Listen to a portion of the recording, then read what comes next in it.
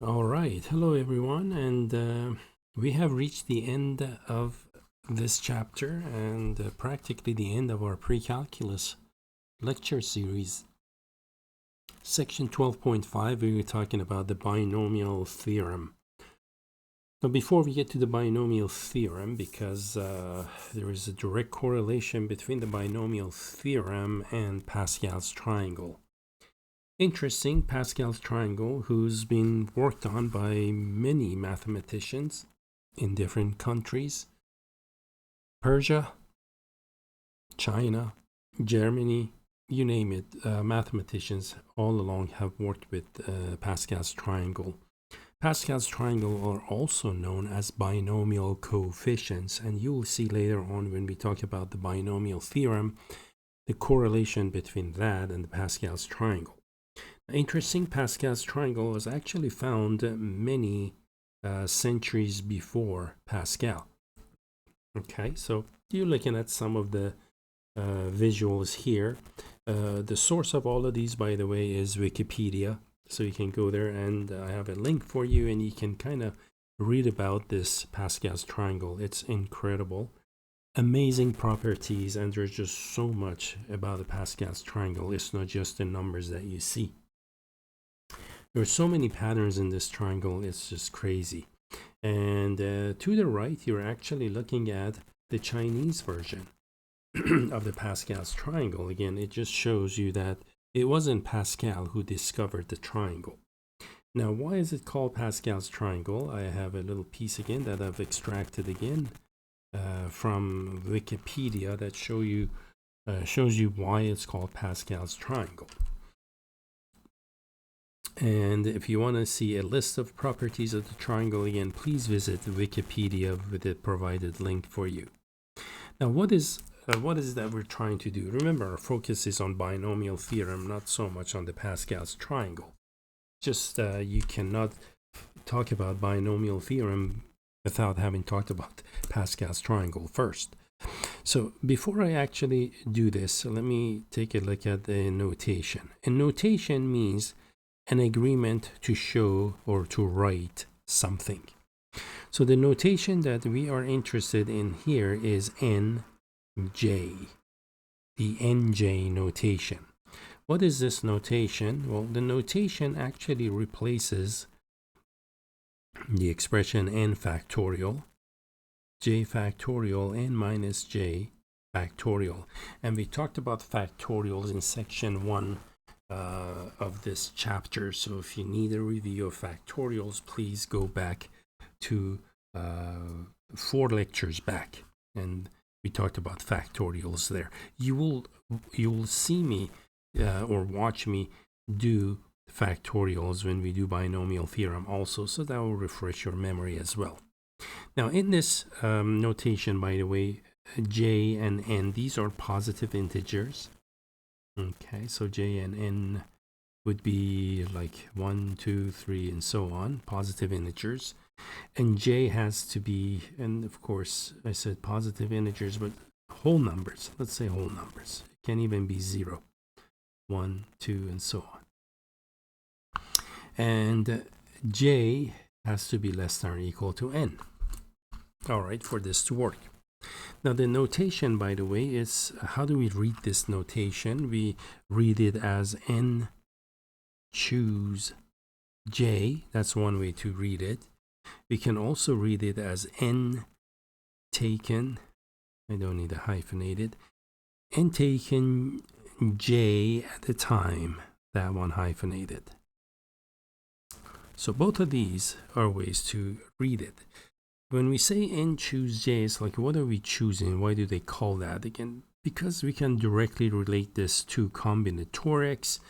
The reference to n choose j is, for example, suppose I have 5 students. I want to choose 2 students from 5 students.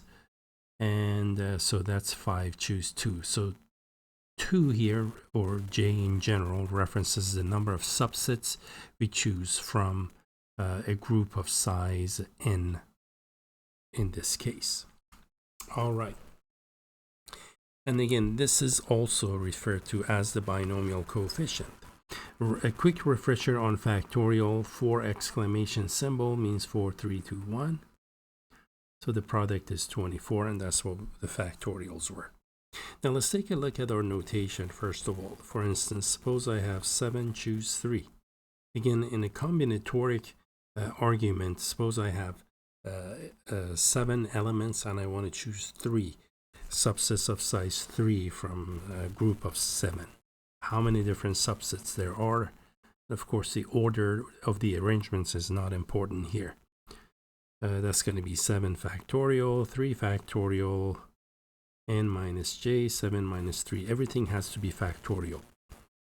And remember, 7 factorial, 7, 6, 5, 4, 3, 2, 1. Divided by 3 factorial is 3, 2, 1. 7 minus 3 is 4. 4 factorial, 4, 3, 2, 1. Now be careful when you do parentheses and factorials. Do not distribute. That doesn't equal 7 factorial minus 3 factorial. Just doesn't work that way. You have to do within parentheses, then factorial the results. Now, here I can cross out the common factors. 2 by 3, 6, so the result is 35. Again, assuming I have 7 students, I want to choose 3 names, 3 students at random. How many different ways I can choose 3 students from 7 students if order of names in the group or order of students in the group is not important. There are 35 ways I can do this. Let's do another one. Suppose we want to do n choose 0. So I don't want to choose anybody in this case, right? 0. There's only one way. Just don't do it, right? But to go through the motion, the numerator is n factorial, denominator is 0 factorial, n minus 0 factorial. Now, if you recall up here also 0 factorial is 1 by definition, so that's 1 times n factorial. The result is 1. Okay, if I want to do n choose 1, how many ways I can choose 1 element from n subjects, 1 subject from n subjects? Again, it turns out that there are n ways you can do it. That's 1 factorial, n minus 1 factorial. Now, n factorial is n times n minus 1, n minus 2. We can stop at n minus 1 and factorial it. And there you go. The answer is n. Now, what I'm doing here, by the way, in the numerator, suppose I have 7 factorial. I can do 7, 6, 5, and stop at 5. So that's kind of math I'm doing in the numerator. Instead of going all the way to 1, I stopped at n minus 1 factorial. Okay. And finally, if we have n choose n, there's only one way to do this. That would be n factorial on the bottom, this one, n minus n factorial. That's n factorial over n factorial, 0 factorial, so the whole thing is 1. Because 0 factorial is 1, remember? And there you go. Interestingly enough, these two are exactly the same. Okay, so if I want to do, for instance, 500, choose 500. Well, they're the same numbers. There's only one way to do it. Choose all 500. There's no math to show you there. Okay, now interesting, the Pascal's triangle, this triangle can actually be done using the combinatorics notation, the factorial notation. Let me just show you a few rows of this using the NJ notation. So this would be the Pascal's triangle using combinatorics notation, using binomial coefficients. The NJ, you can actually show them like this.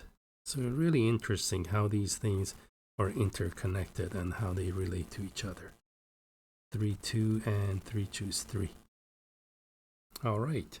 Now, one thing, by the way, right off the bat. Let's say I have 7 choose 3, the one we did earlier, and the answer was 35. This does not equal 7 over 3. Okay, so when you write it, we don't have 7 divided by 3. It is not a fraction, not a fraction. So please be aware of that. You have 7 on top, 3 on the bottom.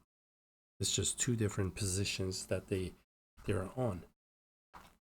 Okay, now what are we trying to do? Let's go towards the binomial theorem now. The binomial theorem is a way to expand a binomial. So that's the whole idea. The objective is to expand this binomial a plus b. Now if I have a plus b to 0, I'm going to write that as 1. And I just want to space this out because of what's coming.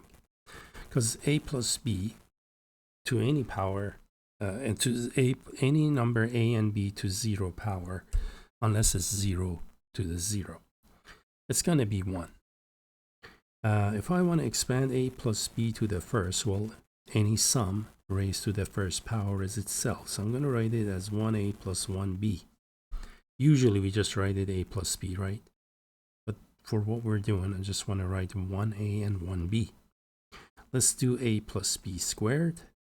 You recall a plus b squared is 1a squared plus 2ab plus b squared. Okay. Now to do a plus b cubed, what you would do is most likely, if you're doing this the algebra way, you set it up as repeated multiplication, and then you find maybe this product and distribute the result to the next binomial, combine like terms, do all that nice stuff.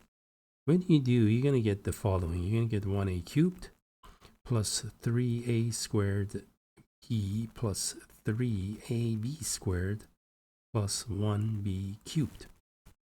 And what I'm doing is actually I'm using the the patterns that I'll show you in a moment to do this.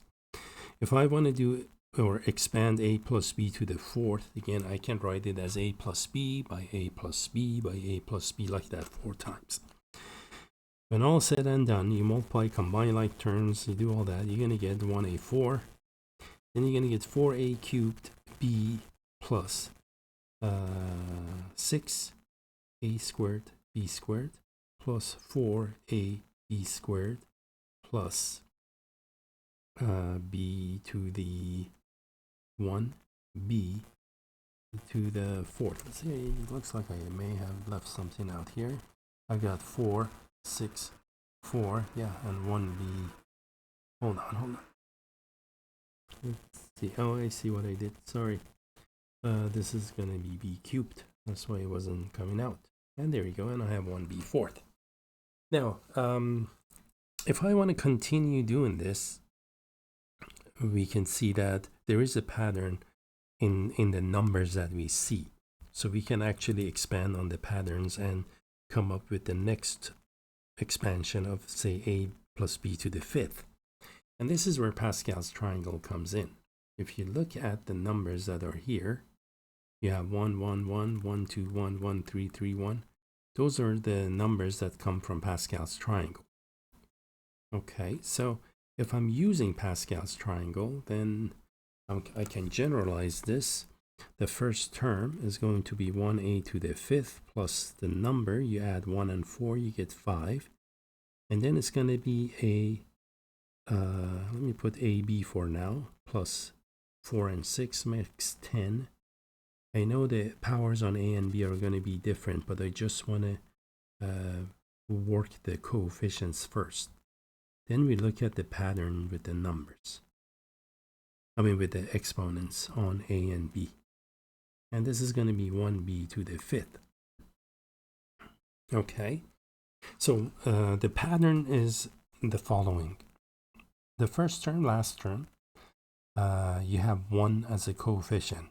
A and b appear to have the same exponent as the binomial. The other pattern we see here is the following. Aside from first and last term, every term in between will have a and b together. And the pattern on the exponents that you can see, you see how that works? That pattern suggests that the exponent on a starts with 5, next one would be 4, then each time it drops by 1. And for b, it goes the other direction, to the right, b to the fifth, then you have 4, 3, 2, 1. The other notable characteristic of this expansion is that if you add the exponents, 4 plus 1, 5. 3 and 2, 5, 5, 5, 5. All the exponents should match the exponent on the binomial here, namely 5. And finally, how many terms in the expansion? It's going to be one more than the exponent on the binomial 5 plus 1, namely 6. Okay, so that is the pattern that we see. Now, we're gonna do this pattern in a few moments with the general expression. But here's the thing we do not want to do. Imagine if we want to do, for instance, a plus b to the 8th power. Well, if I want to use Pascal's triangle, that means I have to expand this triangle, and there's limitation on how many rows I can expand this into, right? Because you can see the number of terms grow quite a bit. So if I want to do a plus b to 20th power, that means I have to work the previous 20 rows in order to get to what I need to get to. So let's do this. Let's do this in a different way. Suppose I want to do a plus b now to the 7th power. Okay. For a plus b to the 7th power, we know there's going to be 8 terms. 8 terms. The first term is going to be a to the 7th. And the last term is going to be b to the 7th. So that means I need to come up with 6 more terms. 6 more terms. And based on the generalization we made up here, aside from first and last, all terms are going to have a and b side by side. So I'm going to have ab plus. Then I'm going to have ab plus. Another ab plus. And another ab. And another ab. Remember, I need 8 terms. 2 of them first and last. So that means I need 6 of the ab's. 1, 2, 3, 4, 5. I need 1 more ab. And here's the last term. Okay, there should be 8 terms. Real quick, I got 1, 2, 3, 4, 5, 6, 7, 8. Yep. All right. Now, the exponents, we can immediately put the exponents on, right? We start with exponent 7 on a. Next one would be 6, 5, 4, 3, 2, 1. And the exponent on b is going to go in the other direction, correct? So it's going to be 6, right? 7, 6, 5, 4, 3, 2, and 1. And each of those exponents adds to 7. So we did set it up correctly. Now, the coefficients, which we're not going to use Pascal's triangle, the coefficients are actually going to come from our n choose j notation. So everything in front here is going to be a fraction, every one of those. And those are the coefficients that come from Pascal's triangle. But we're going to do them this way, not from the triangle. The numerator of every fraction is going to be 7, same as n, but factorial. That's going to be 7 factorial, 7 factorial, and so on. See that? I'm going strictly by the pattern.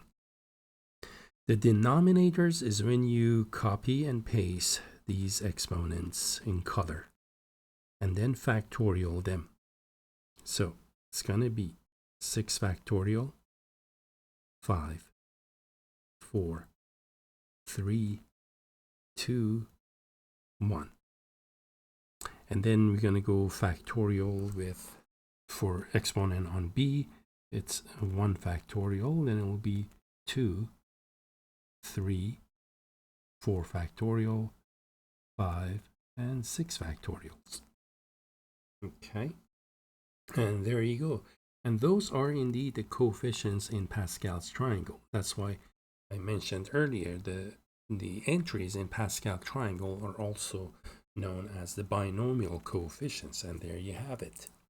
Now there's a symmetry actually in the numbers that you see in the binomial expansion or Pascal's triangle. Each row is symmetric with respect to the center. So look at this. You got 10, 10, 5, 5, 1, 1. Here's the center of this one. You go 4, 4, 1, 1. There is the center of the one above it, 3, 3, and so on.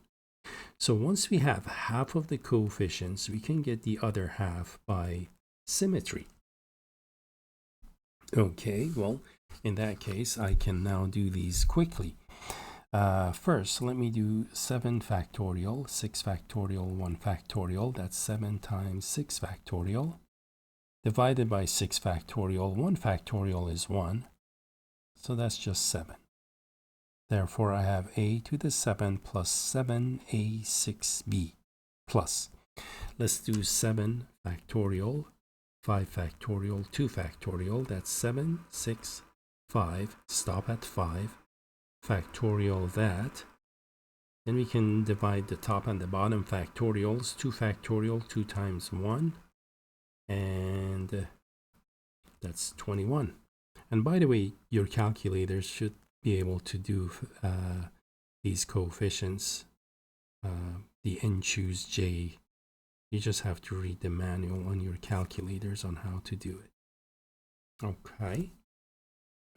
And let's do the next one. The next one is 4, 3. Right? I'm over here now. So I'm going to do 7 factorial, 4 factorial, 3 factorial. That's 7, 6, 5, 4. I'm going to stop at 4 because I see a 4 factorial here. They cancel. 3 by 2, 6. And 7 times 5 is 35. What did I do wrong here? Something isn't right. No. I didn't do anything wrong. So that's going to be 35 plus 35. It's going to be a4 and then b cubed. Okay, and then we reach the halfway mark, right? We reach the halfway mark. Now what I can do is the following. See here, 7 factorial or 4 factorial, 3 factorial is exactly the same as that.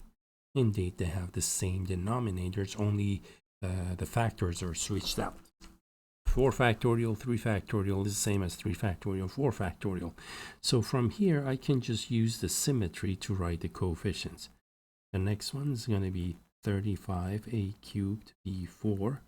The one after that is going to be 21. Take away 1 from a, add 1 to the exponent of b. That's gone.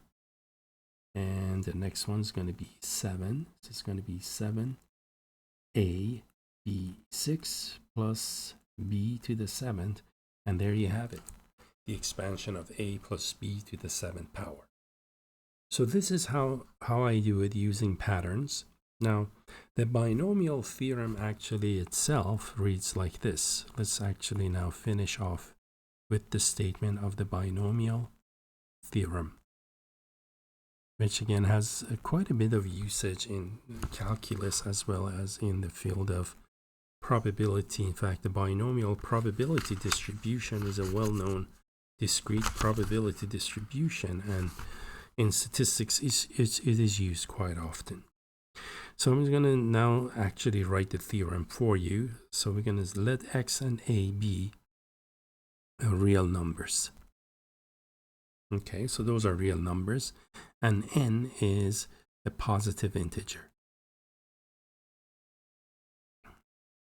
Positive integer.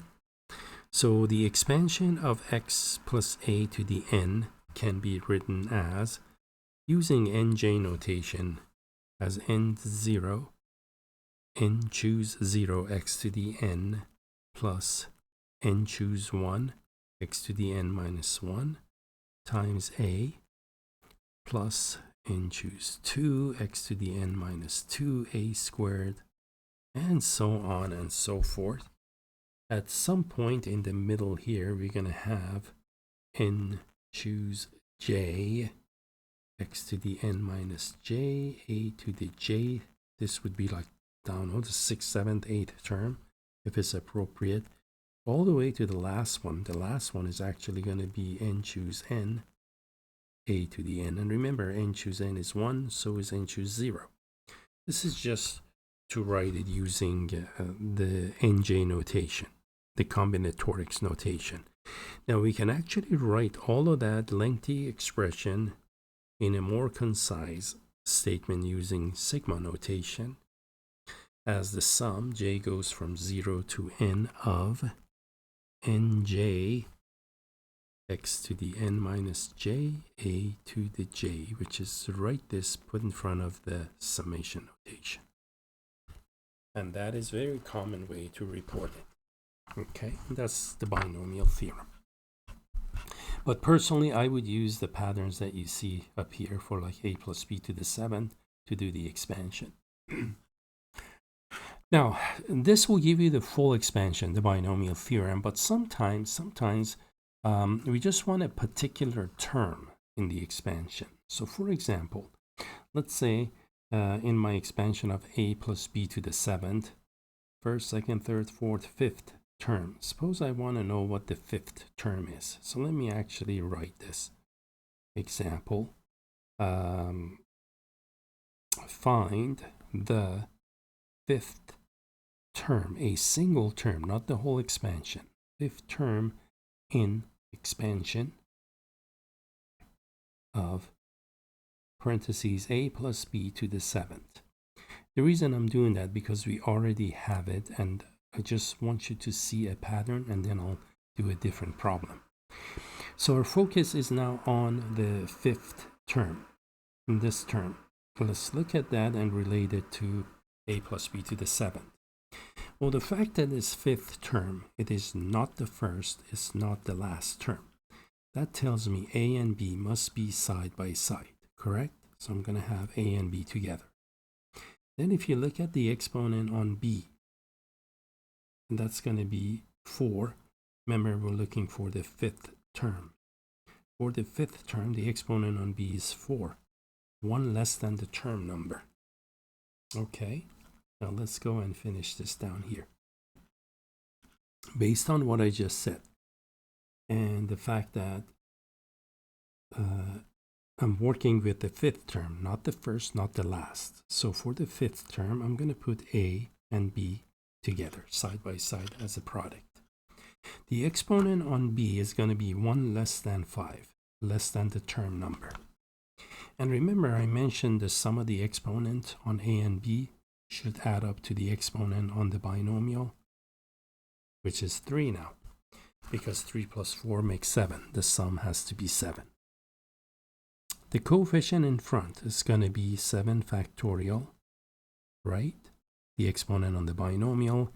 And then we just copy and paste 3 and 4. Make sure you factorial them. And there you go. That's the term. And we can work the coefficients, which I've already done that. That's going to be 35. So it's going to be 35 a cubed b fourth. And we're done. So I know you say, well, we already had that expansion. How about if we do one that we don't have it for? Fine. Let's do this one. Let's say in this one we want to find the, let's go 13th. How's that? The 13th term in expansion of, let's say I have a plus b to the 20th power. Imagine if I want to do Pascal's triangle for this, it's going to be a mess. But I know for the 13th term, aside from first and last, all terms must have a and b together. The exponent on b has to be the term number minus less than 1. So it's going to be 12. 1 less than the term number. Their sum of exponent on a and b must be 20. So that means the exponent on a has to be 8. The numerator has to be 20 factorial. And there you go. See that? I don't even have to think about it. I'll just write them down. And this we can use a calculator to find out equal to whatever. So that's going to be the term. You can do that on the calculator and see what it is. All right. Let's take a look at another example. In this example, suppose I want to find just the coefficient now. That means the number that multiplies by. We want to find the coefficient of a single term, let's say x to the 6 in the expansion of, let's see, let's do expansion of something other than a and b. How about x plus 3 to the 10th power? Okay.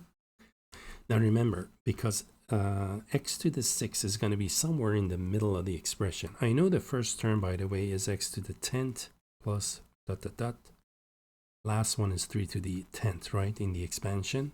The first and the last one are easy to do. And I know there's going to be 11 terms in the expansion because the exponent is 10. So to find the coefficient of x to the 6, I'm going to put x times 3, remember, between the second and next to the last statement. 3 and x will be side by side. X is first, 3 second. So I'm going to go x3. Now, x to the 6 is what I'm looking for here, right? X to the 6. I'm going to put 6 here. What should the exponent on 3 be? Well, it's got to be a number so that when you add to 6, you get 10, right? The exponent on the binomial. So you guessed it right. That's going to be 4. And once we have that, we can set up the fraction, the coefficient easily. 10 factorial, 6 factorial, 4 factorial. Now let's do the arithmetic of this one. 10 factorial, 10, 9, 8, 7, 6 factorial. I'm going to stop there. And then 6 factorial, 4, 3, 2, 1. Those cancel. 4 by 2, 8, that cancels. 3, 9. 9 by 3 is 3. So that's 3 by 7 by 10, 210. You can use your calculators. And in your calculators, by the way, some calculator has this symbol that might be the one on your calculator. If you have that, you can do this on your calculator. So you do something like this. You go 10, and then you hit CNR on the calculator, and then do, I don't know, 6, and then equal. And you should get 210. If you don't have that button on the calculator, no biggie, you can do it by hand like I did. Okay, so the fraction is 210.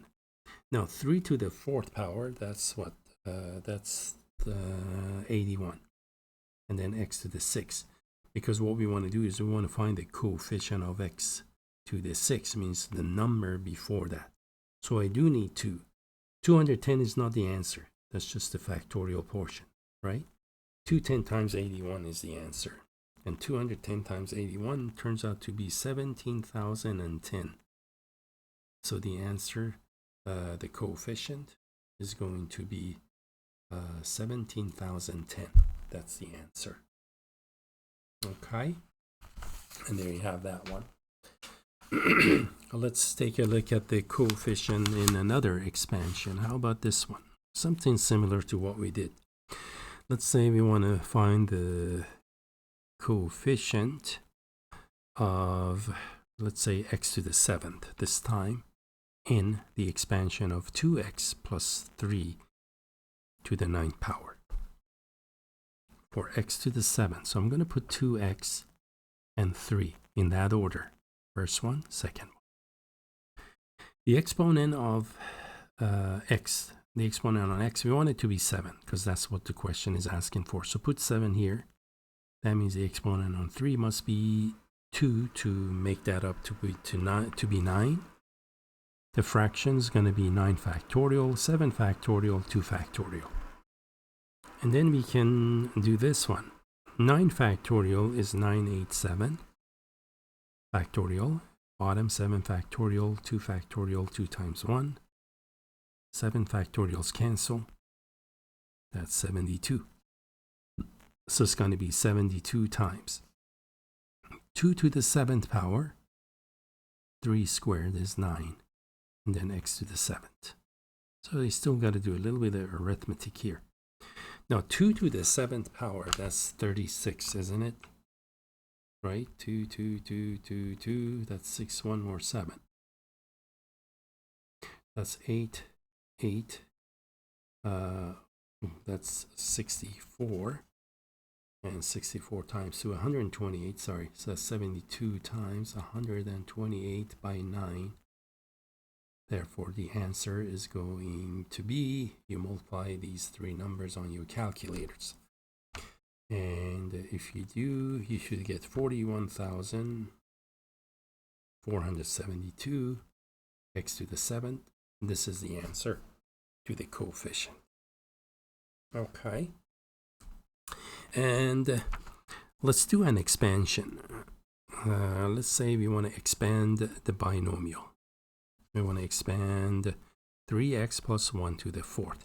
Now, how you don't want to do it is this. You don't want to do 3x plus 1, 3x plus 1, 3x plus 1 like that. You don't want to multiply them like that. Distribute, distribute, distribute, and that's crazy. We don't want to do it. If we do, you miss the point of the exercise. So let's do it using the binomial theorem. 3x plus 1 to the 4th. Remember? Then the patterns that we saw earlier. Because the exponent is 4, so I'm preparing for 5 terms. First one, 3x to the 4th. And then there's going to be a fraction. Then there's going to be 3x. I'm going to put 1 there, just so you know they're side by side. Plus another term. It's going to have 3x and 1 side by side. Plus another fraction, 3x. Oops. That's going to be 3x and 1. I'm looking for 5 terms. 1, 2, 3, 4. Ah, perfect. The 5th term is going to be 1 to the 4th, right? Again, first one, last one are easy to do. First one to the 4th power, last one, 1 to the 4th power. Now, the exponents on 3x, they start with 4, then it's going to be 3, 2, down to 1.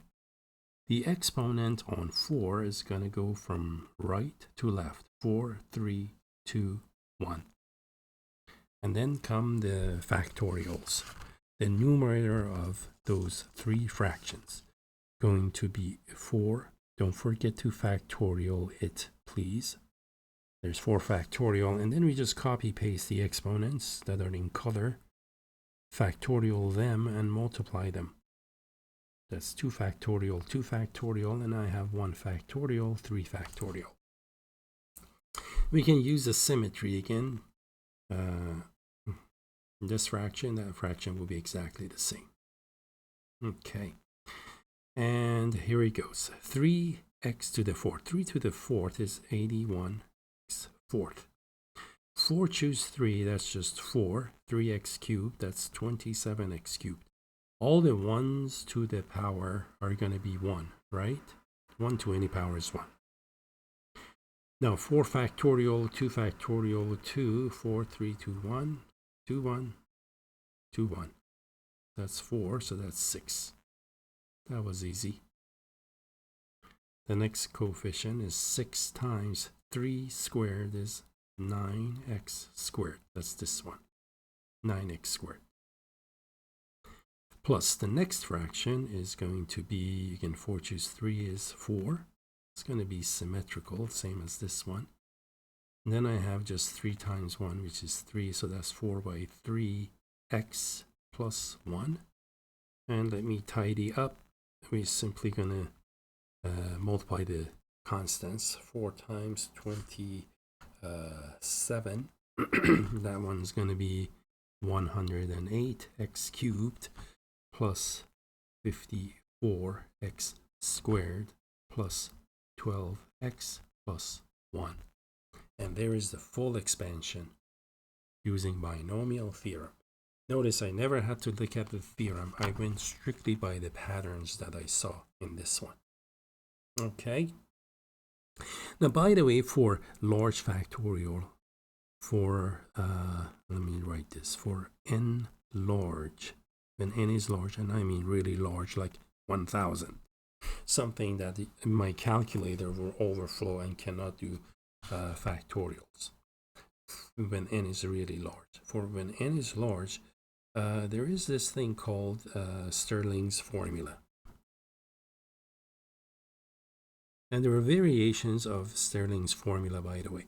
Okay, the version I'm going to use is this one. The Stirling formula says that n factorial could be approximated by square root of 2n pi times n divided by e. That's not n choose e, that's actually n divided by e to the nth power.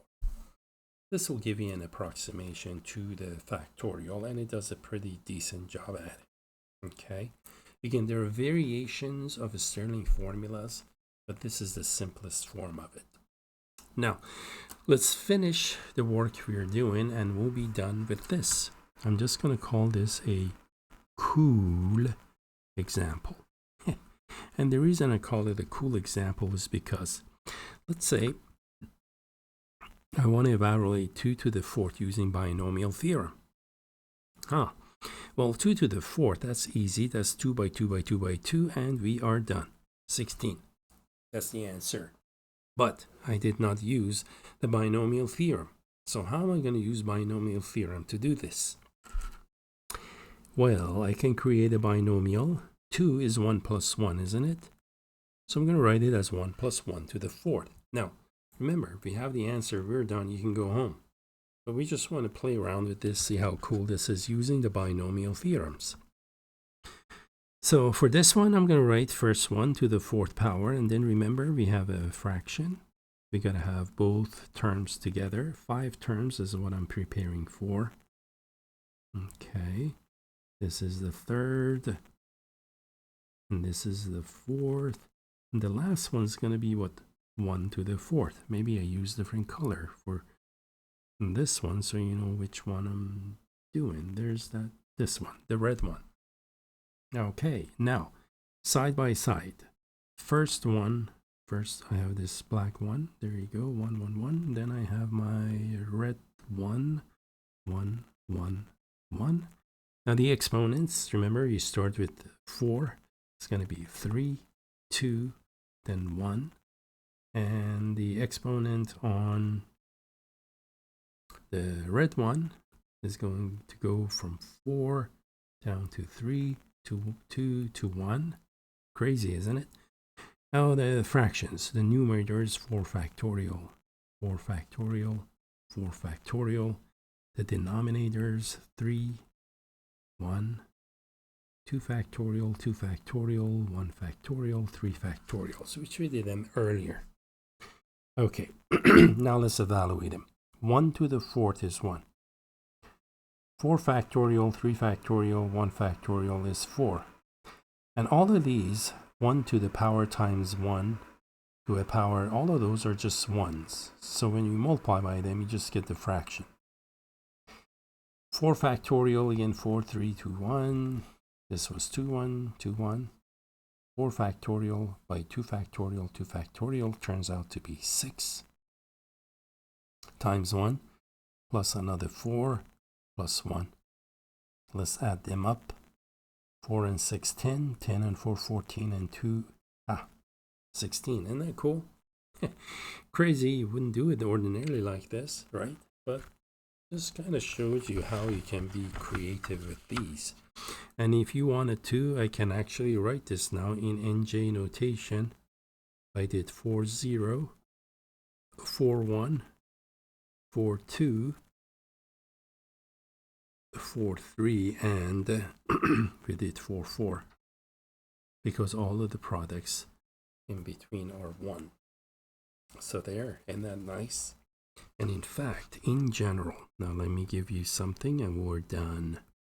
In general, we can write 2 to the n as n choose 0 plus n1 plus n choose 2 plus so on and so forth plus n choose n. Isn't that nice, folks? Incredible. Amazing how cool this is. That's why we like mathematics, right?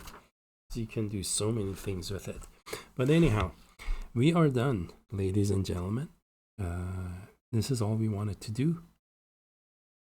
Please make a note of Stirling formulas. I didn't give you an example, but there it is for reference. You have it now. And hopefully, again, you followed everything we've done. If not, please go back and review things according to your own pace. And let's see. I think I'm done before I mess anything up here. Usually when I go back and change things, I end up messing things up. But I just want to make sure that's not a question mark. All right, the binomial theorem. Thank you for watching, everyone, and again, hope to have you watching in another video of mine. Thank you. Have a wonderful rest of the day, evening, at night, whatever. Thanks again. Goodbye.